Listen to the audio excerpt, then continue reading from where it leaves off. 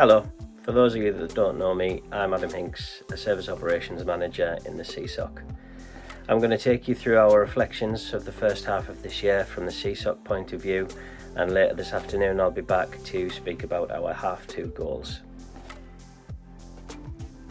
It's been a really tough first half of the year for CSOC, with a number of challenges that we've had to overcome, including open vacancies, the training of new starters, people taking their summer leave, the transition to TCS and the enforcement of Dynatrace adoption with the platform.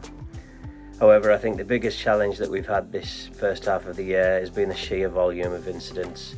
We've seen a 44% increase in incident volumes compared to this time last year.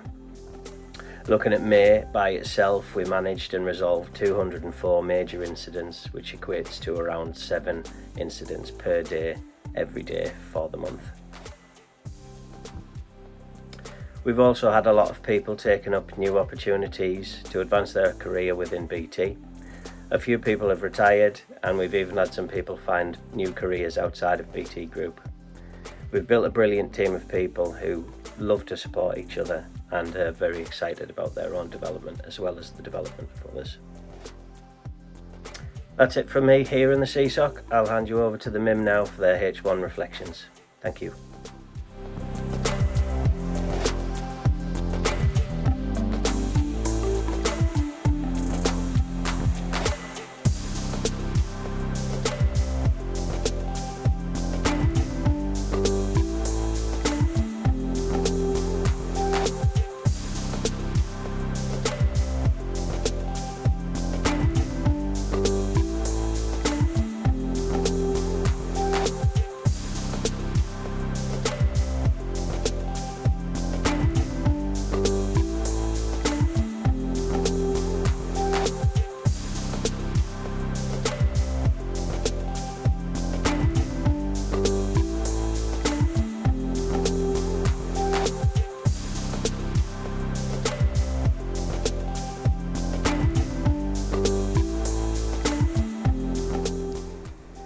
Hi, I'm Matt from the Change Enablement team. It's been a tough time for service, with the team now running a restriction on all consumer change. This involves a regular review with daily calls and has been helping to support critical deployments, including Nyan and the upcoming Apple device launch. Detective Control has had a very successful first half of the year, with the team meeting all of their KPIs thanks to lots of hard work in that area, fine-tuning events and working with both central compliance and KPMG teams. We've also moved our tactical URC ASG support from IT change into the tools team. The transition has gone smoothly so far, but there's still a lot to learn to fill in some gaps in knowledge across the tools area. We are also now into our second year of service now, and have seen some great refinements to the change process as a result, with a system that now further encourages discussion, has greater data gathering opportunities, and helps to drive change quality higher. Hi, Mike Sturmey from the UK Core Networks Change Team. Quick review of the first half of the year. So after a below par Q1, where we had a total of 9 failures, 5 normal and 4 standard, we've achieved a much improved Q2 with only 1 failure today. This puts us on target for the year, which is great news. Highlights for the first half of the year. We've onboarded Network Cloud, or continue to onboard Network Cloud onto Or&Sm. More products are on the way in H2. We've put an agreed solution in place for monitoring and notification of upcoming changes into AWS and Bolden, with Airwave on the way in H2. The above solution actually averted a potential complete power outage to Dial House, which would have been caused by an incorrectly built change that we noticed actually 24 hours before it was due to go ahead.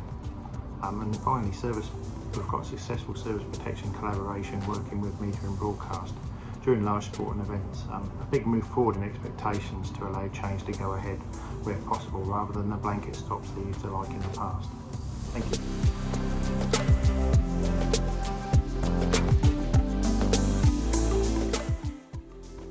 Hi all, Sam here from Global Networks Change Team. I am just going to cover our half one reflections and our half two goals. I'll keep this pretty short and sweet. Reflections for half one was moving away from our legacy change system onto ServiceNow, a somewhat tactical version, and so our main focus for half one was just ironing out the kinks, making sure that process works as well as it can for the team.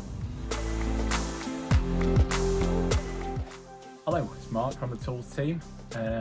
Not sure if I'm supposed to introduce myself, just did though, didn't I? Anyway, our half one achievements, as well as the usual, obviously, of continuing to try and drive down detection times and whatever else it is we do. One of the big wins has been in bringing in the tactical UIC ASG from the change team into our team. So, getting all the technical people in one place where possible, consolidating the tools team, and, you can share technical knowledge, fob off work onto each other, that sort of thing. So, yeah, that's been good. On top of that, some of the main stuff we've been doing is continuing sort of automation and self-serve capabilities. So SynthMon's never been more configurable.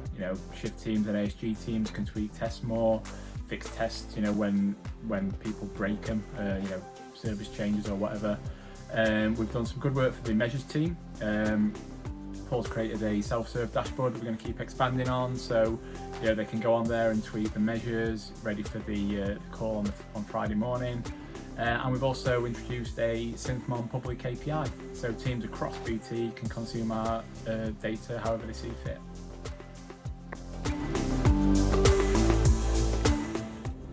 Thanks, Mark. I'd just like to take a moment to focus on a couple of things outside of our day-to-day activities.